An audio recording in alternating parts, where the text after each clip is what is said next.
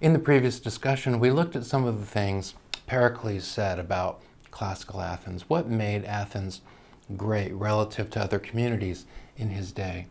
And he said that future ages will wonder at us, that is, at us Athenians, at the society, at the community we created, as the present age wonders at us now. And this is true. We still look back at classical Athens and we see that by the standards of the 21st century, there's a lot in classical Athens that seems horrible. A lot of slaves, women are not involved at all in public affairs. But relative to other communities in the ancient world at that time, classical Athens does seem very impressive. And classical Athens seems impressive because of the great names that come to us from classical Athens. Pericles, for example, Socrates, Plato, Aristotle, Sophocles, Thucydides, a great historian, and others. And so what Pericles says is true, that there is something enduringly impressive about classical Athens. Now, one of the things that Pericles said is that here in Athens, we don't say that a person who takes no interest in politics is a man who minds his own business. We say he has no business here at all. If you don't want to be involved in the public affairs of this community, then we don't want you here, all right? Which sounds maybe a little cold-blooded and a little blunt, but hey, this is the kind of society we want. We want a participation society.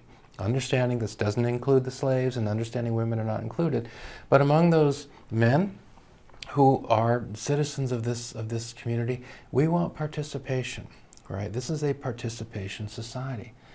And in the previous discussion, we saw that a few generations later, we have another prominent Greek thinker who's saying that we must release ourselves from the prison of affairs and politics. So Pericles is saying one thing, we want a culture of participation, of public participation.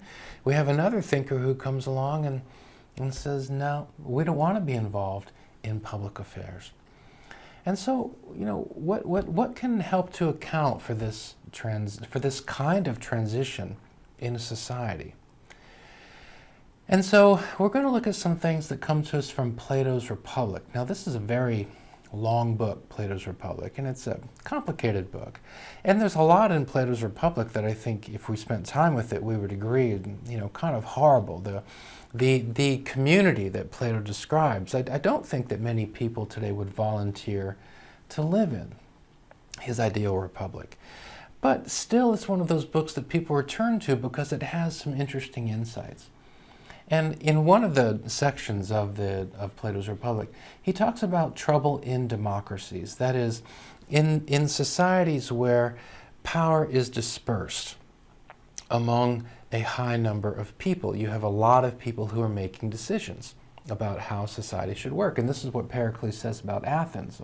And Plato is reflecting on democracies and some of the trouble that can come with democracies. What happens in a society where you have people who see one another as equals, right? Well, that sounds like a good thing, but what can happen when the problems of human nature or when questions of human nature get involved?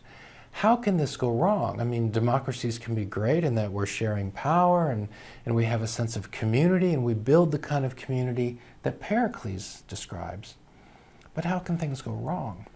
So one of the things that Plato says about democracies is that there's a tendency in those kinds of societies, there's a tendency for people in democracies to become kind of soft, to become kind of lazy, right? And why that is, I think, is a difficult and challenging question, but Plato thinks that this is something that tends to happen in democracies, that people become lazy, that they become soft, that that there's a tendency to want to let other people do the hard work. And so here he's talking about, education of the young and the raising of the young, and he says children never know what it's like to work physically or mentally, so they become spoiled and lazy. Everything is given to them. Life is really easy for them. They don't have to work hard for things. They don't have to study hard for things. And down below you have this guy who apparently, dreams of being an astronaut. but doesn't seem to be working hard at it, right? And so it says, don't let your laziness defeat your dreams. But of course, the reality is, if you dream of being an astronaut, well, not a lot of people get to be astronauts. So you're going to have to work very, very, very, very hard, physically and mentally, to become an astronaut. It doesn't look like the guy below is really working at that. So he can dress up as an astronaut, but he's not going to really be the thing. He's not going to be a real astronaut. Anyway, this is one of the things that Plato wonders. Do democracies have a certain tendency? Do the people in democracies have a certain tendency to become lazy, to start taking things for granted, to get spoiled, right? Plato says that in democracies, people have a tendency to refuse to listen to the truth of the idea that there are differences between pleasures, right? That there are some pleasures that are really worth chasing, and there are others that aren't. Some pleasures are the result of fine, good desires, and these are worth cultivating and valuing. But some are the result of bad desires, and these are to be curbed and kept down, right? So there's a pleasure, to use that word, that comes with accomplishing something that's difficult. There's a pleasure that comes, for example, you work at a language for a while and all of the difficulties that come with working at a language, at a new language. But then you go to a place and you practice that language and you make it through a conversation pretty well. And there's that certain sense of satisfaction, like, wow, my hard work has paid off. Or you've been working hard in your garden and then you walk out one day and you see, that your garden's in great shape. It looks wonderful. Your hard work has paid off. Or you've got the photo below. I don't know anything at all about NASCAR racing, but I imagine it takes some kind of significant skill. I don't know what those skills are. I do know there are very few professional NASCAR drivers, and so it must be something that's really hard to get to the place where you can make a living as a NASCAR driver. And so I don't know, I don't have the slightest idea what goes into that, but I think it would involve hard work. I think it would involve effort. I think it would involve persistence. So that's one thing to admire, right? That's one thing to cultivate. That's one thing to value. But what about reckless driving, on the other hand, right? I mean, both of these things involve driving, but reckless driving is not admirable. Reckless driving is the result of bad desires. Reckless driving should be curbed and kept down. And of course, the police do that. But the better thing is for people to say, well, I don't drive recklessly because driving recklessly is bad, right? That's not something I want to do. So there are some things that that merit praise, and there are some things that don't merit praise. And Plato says that, in a democracy, perhaps there's a tendency for people to forget which is really valuable and which isn't, which is really good music that deserves respect and honor, and which isn't, these kinds of things. And notice that this implies standards, that there are standards, right? But in democracies, maybe these standards break down and we say things like, well, who are you to say what's good art and what's bad art? Who are you to say what's good literature and what's bad literature, etc., that sort of thing. Plato says this is one of the problems that might come along in a democracy. Plato says another thing that might come along in a democracy where, there's a sense that everyone is equal, right? And perhaps standards kind of fall. That teachers come to fear their students and they want to curry favor with them. Teachers become more interested in wanting to please their students than in teaching their students. Teaching is hard. Education is hard. Sometimes teachers have to challenge their students. In previous discussions, I've told you about a teacher I had named Mr. Grandy, who sometimes upset students because he would challenge them. He would want them to think. We've discussed Socrates, who obviously challenged people and enraged people. Jesus, as we read about him in the Gospels, another of our model teachers, challenges people, right? But in democracies, Plato says, and he doesn't really tell us exactly why, I don't think, and we'd have to think about this if what Plato says is true, but Plato says that in democracies there's a tendency for the standards to break down and for teachers to become more reluctant to really challenge their students because, as Plato says, the students will resist and the students will act as if they are the equal of their teachers. And so teachers want to spend more time trying to please students than trying to educate them. This is one of the things Plato says can come along with democracies. Plato says that in democracies, one of the things that can happen is the development of a youth culture, right? So older members of the community adapt themselves to the younger ones.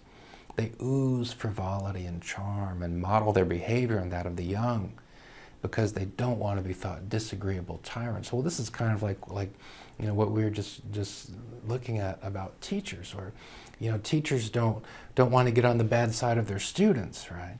And so they just want to please their students. And now Plato says in a democracy, maybe one of the things that happens is a development of a youth culture where the lifestyle of the youth is held up. There are some cultures where there's a high degree of respect for the elderly. There's a high degree of respect for anyone who's older than you, right? There's a culture I know of where if you think a person's 40, then the respectful thing to do is to say, well, I think you're 45 or 50. The respectful thing to do is to overestimate the age of someone because age is respected.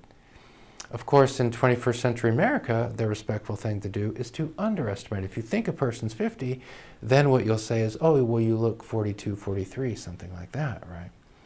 And so that's an interesting thing. I don't think Plato really goes into detail about why he thinks this is the case, that this kind of thing can happen in democracies.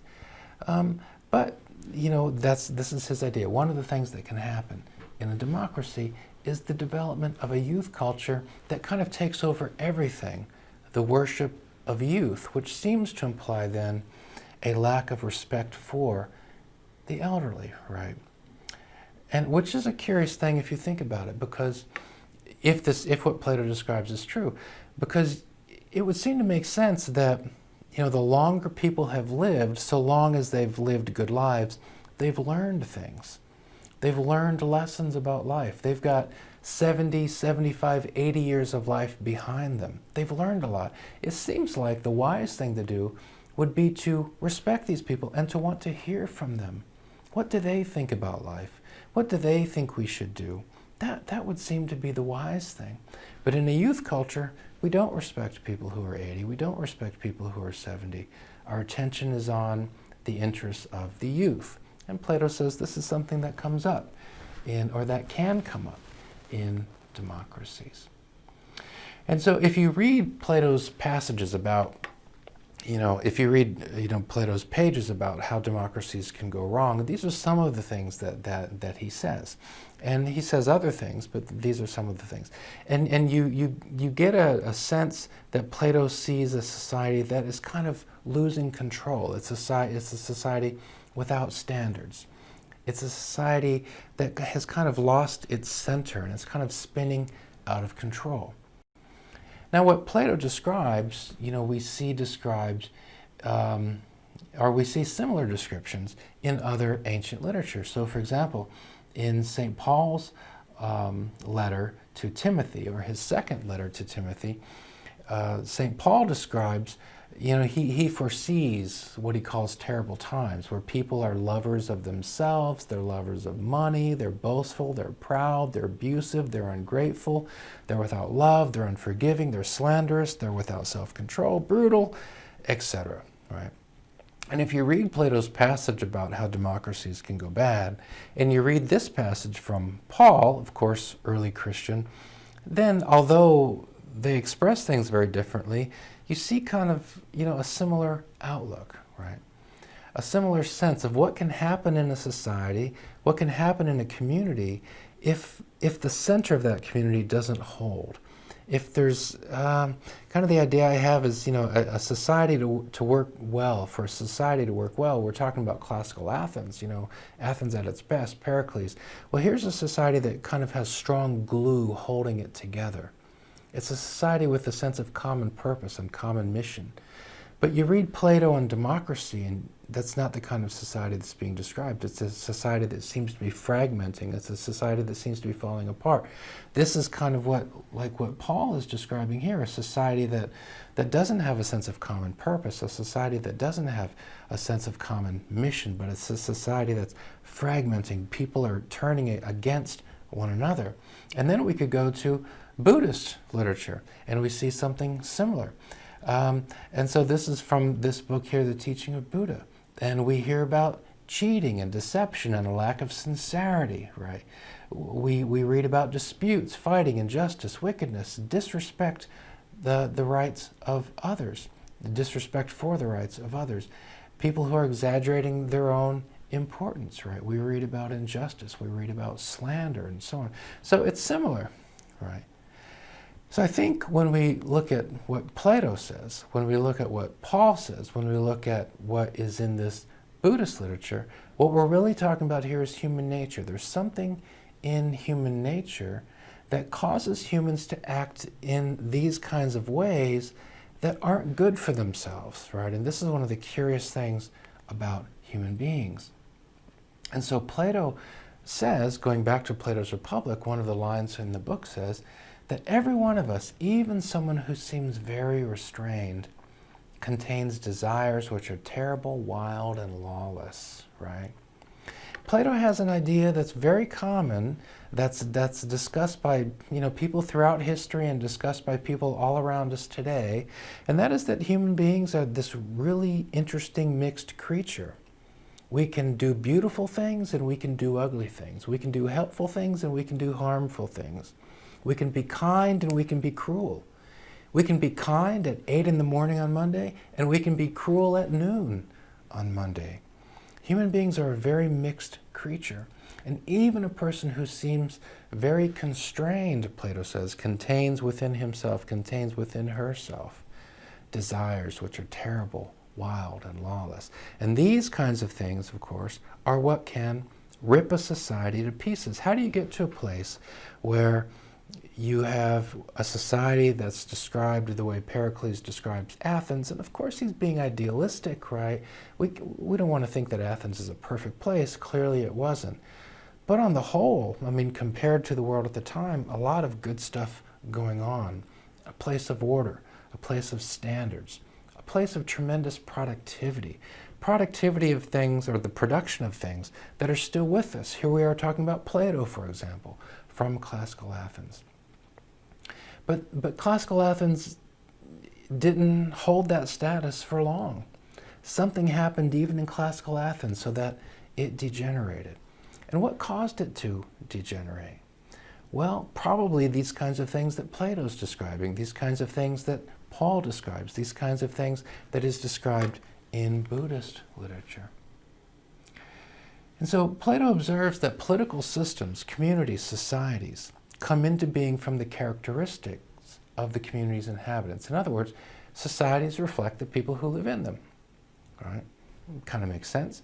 And if you travel, you'll notice this, that towns have different feels, that states have different feels, that countries have different feels, that regions within countries have different feels.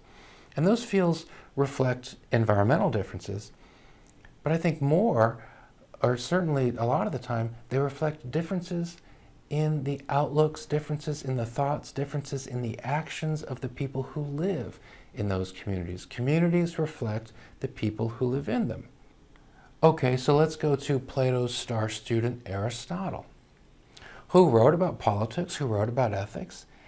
And one of the things he says is that obviously the best constitution, that is obviously the best formation of a state, the best formation of a community, must be one in which is so ordered that any person whatsoever may prosper best and live blessedly. Now, Aristotle knows there's no such thing as a perfect community, right? There's no such thing as a perfect society.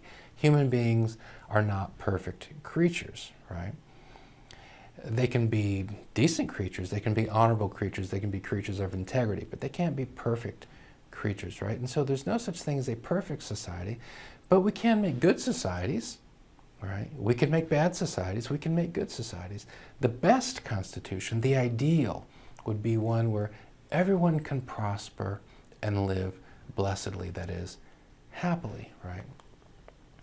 And so the question is, how do we get there? And that's where we're going in these discussions. What are some different thoughts people have had about how can we get from a society described, for example, think of a society that fits the description here: disputing and fighting, injustice, wickedness, disrespect, right? We have a society like that. How do we get from that to a society that is full of people of integrity, of honor, of justice, of kindness, of decency, right? That's where our discussions are going to go from here. To help us think about this, let's look again at this passage from Paul, and then we'll review a passage we've discussed before, also from Paul. So in this one passage from Paul's second letter to Timothy, he envisions a world where people are lovers of money, they're boastful, they're proud, they're abusive, they're ungrateful. By the way, nothing wrong with money. We need money to make the world work, right? He's talking about people who love money for money's own sake, not want to make money to do useful things, right? In this society, people are brutal, they lack self-control, they're treacherous, they're rash, they're conceited, right? That's one society. But that's one sort of human reality. Another human reality we find in Paul's letter to the Philippians, and we've looked at this passage before. Here Paul says, here are the sorts of things we should think about: things that are true, things that are noble, things that are right, things that are pure, things that are lovely, things that are admirable, things that are praiseworthy, things that are excellent. Think about these things. What a contrast, right? One scene Paul envisions full of treachery and unkindness and cruelty. Another scene, nobility, things that are praiseworthy, things that are admirable. So let's do this mental exercise. Suppose you went for a walk through the main city in the two communities characterized above. So one passage characterizes community A. This is what community A is like. It's full of abusive, ungrateful, unloving, unforgiving, slanderous, treacherous, rash, conceited people. That's what community A is like. Community B, on the whole, not a perfect place, but on the whole, people are thinking about things that are true, noble, praiseworthy, excellent, admirable, etc. So you walk through the main city of these two communities. What kinds of things would you expect to see if all you know as you head out into the city is that this city is basically characterized by what's in passage for community A, right? That's all you know. Before you actually walk through the city, what sorts of things do you expect to find? Or now you're heading out into community B, and all you know at the beginning is what's in that passage related to community B. What sorts of things do you expect to see? What sorts of things do you expect to find? So what kinds of things would you expect to see? What kinds of thoughts and feelings do you think you'd have during the walk as you see what you think you might see?